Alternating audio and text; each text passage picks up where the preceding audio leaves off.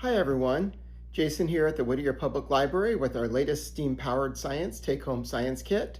Today we're going to be talking about the legend of Frosty the Snowman. We're going to be creating our own Frosty the Snowman, and we're going to learn a little bit about friction and about kinetic and potential energy.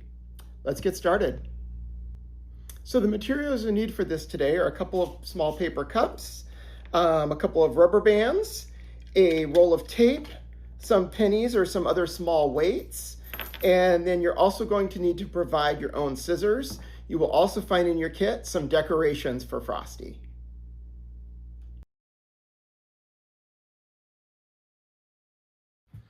So if you remember the legend of Frosty the Snowman, you remember that either in the song, from the cartoon, any story you've heard, some children built him, and he was a normal snowman, and then they found a hat, a magical hat, and when they put the hat on his head, he came to life. So we're going to see if we can make that happen today. So I've made my Frosty the Snowman here, and I do happen to have found a magical hat. So let's put that on his head, and we'll see if it makes him come to life.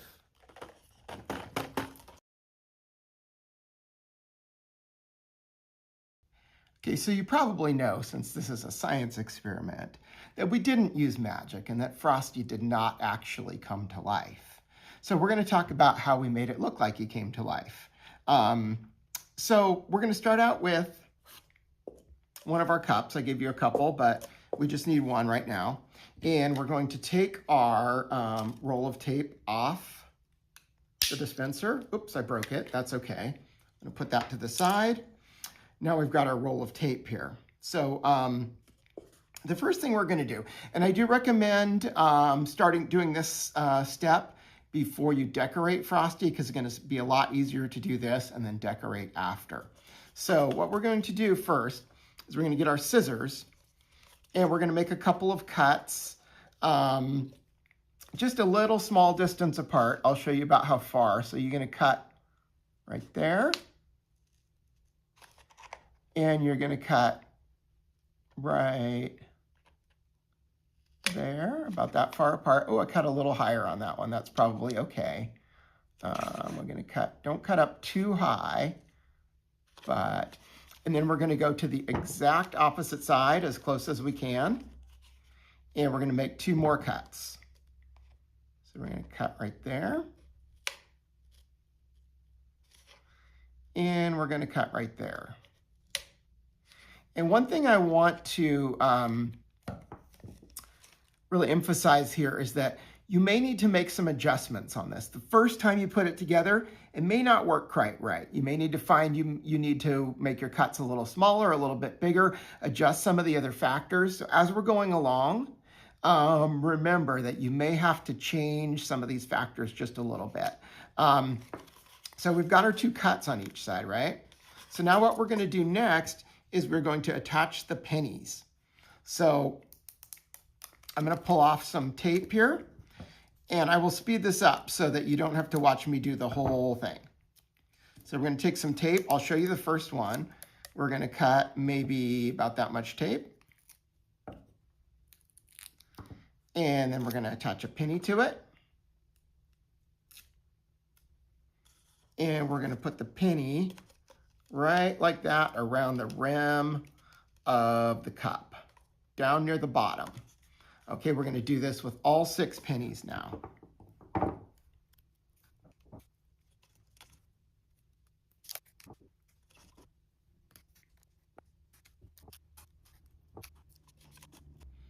Okay, so we've got our 6 pennies attached, as you can see.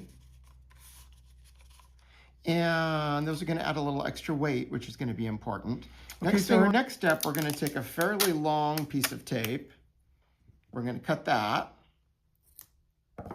I'll put it right here for now. Then we're going to take a rubber band, and we're going to put it on our tape roll like that. We're going to tape it on to help keep it in place. So we've got our tape right here. I'm going to wrap it around. Try to get it fairly even on the two sides before you tape it on.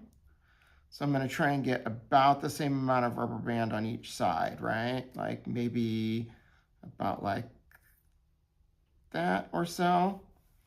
And then I'm going to put this around and tape it on. Next, we're going to get our other rubber band. We're going to wrap it around here. I'm going to double it up and wrap it around again. Try and get it, once you do that, try and get it fairly flat. There'll probably be a couple little bumps, but try and get it as flat as you can. So there's our rubber band. So now what we're going to do next is we are going to take our rubber band and we're going to hook it over these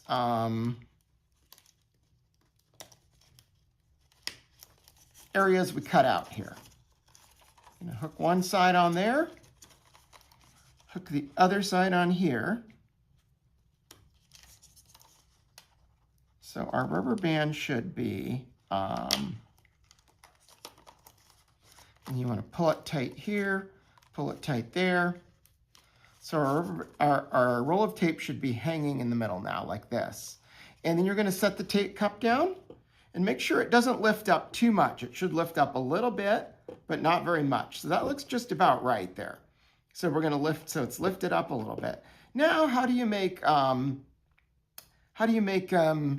Frosty the Snowman walk? So what we're going to do is we're going to take this, we're going to roll it very carefully like that. Roll it up a few times. You can see the rubber bands at the sides are twisting, right? They're starting to twist up. That's storing up some energy.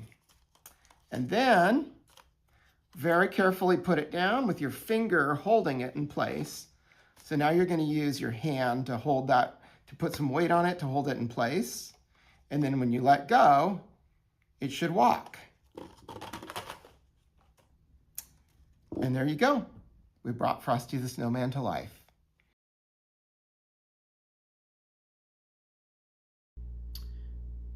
Okay, so let's talk a little bit about what happened here. First, let's talk about potential and kinetic energy. Potential energy is energy that is stored up and waiting to be used. It's not moving. Kinetic energy is energy that is currently in motion, making something happen, making something move. So when you wind up Frosty's roll of tape using the rubber bands, you twist those rubber bands and you bend them out of their normal shape. They want to return to their normal shape. So when you twist them up, you're doing a little bit of work, and that some of that energy that you're using is being stored in that rubber band. Then when you let the rubber band go, it's untwisting to try and get back to its original shape. That becomes kinetic energy. Some of that kinetic energy, since the rubber band is attached to Frosty, transfers to Frosty and makes Frosty move.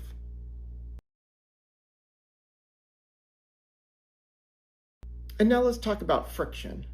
Friction is the force that when you slide two surfaces against one another, resists the movement a little bit. If you have two very smooth things, you don't get very much friction. If you have two very rough things, you get a lot of friction. It's hard to slide those things. Now, a couple of things we did here. I found that when I first did this experiment, the tape is very smooth. It did not have enough friction. So it wouldn't grab onto the table and it would just spin. Frosty wouldn't really move. So what I did a couple things to increase the friction. So friction depends on how rough the surface is. It also depends on how much weight is on something.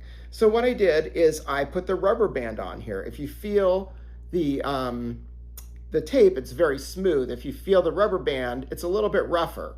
So that's going to create more friction, a rougher surface. Another thing I did is I taped the pennies inside. That increases the weight. And if you increase the weight, you will also have more friction. So that's why the roll of tape was able to grip onto the table enough to actually make Frosty move rather than just spinning. So that's about it for our experiment. Thanks for joining us today. Please come see us at the Whittier Public Library. And if you would like to get some books to learn any more about any of the topics we talked about today, or maybe a fun story about winter and snow and snowmen, Please feel free to come by the library, talk to our friendly children's librarians, and we'll be glad to help you find some information.